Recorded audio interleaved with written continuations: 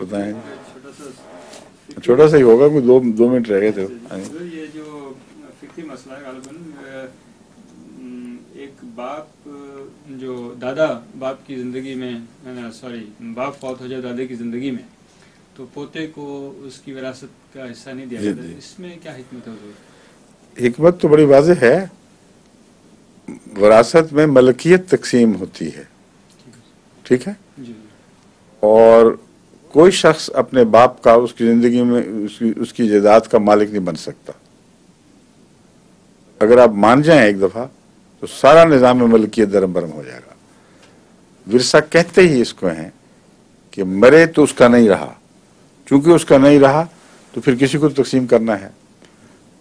تو جو بیٹا مر گیا جبکہ باپ زندہ تھا, اس نے اس سے کیا پایا؟ کچھ بھی نہیں پایا.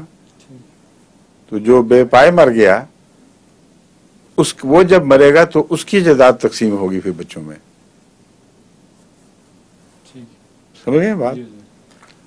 اور اس کی جائیداد وہ ہے ہی نہیں جو اس نے لی ہی نہیں تھی. یہ بنیادی اصول ہے. اور جہاں تک رحم کا تعلق ہے, قرآن کریم نے وصیت کا حق دیا ہے, اور جماعت احمدیہ کا یہی مسلک ہے. اور میں ہمیشہ لوگوں کو کہتا ہوں کہ اتنی عقل کیوں نہیں استعمال کرتے. دادا سے زیادہ دوسروں کو ہمدردی ہے. وہ دادا جس کے آنکھوں کے سامنے اس کا بیٹا فوت ہوا ہے, اگر وہ ایسا ہی وہ ہے ظالم کہ آگے اپنے مرحوم بیٹے کی اولاد کا کچھ نہیں کرنا چاہتا, تو یہ پھر اس کا ایک بنیادی نقص ہے. اس کو گناہ گار تو ہو سکتا ہے اس سفاکی کی وجہ سے, لیکن قانون شکنی نہیں وہ کر رہا. بہرحال قانون شکنی کا جرم اور چیز ہے, اور سفاکی اور بے رحمی کا اپنا ذات میں ایک گناہ ہے.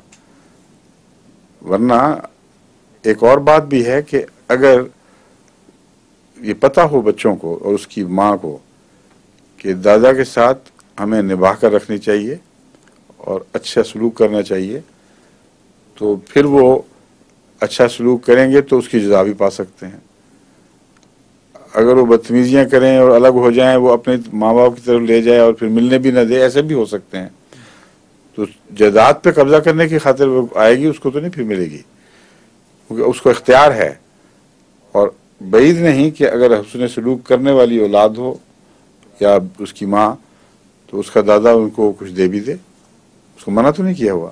ٹھیک ہے, السلام علیکم. اجازت ہے. خدا حافظ. السلام علیکم.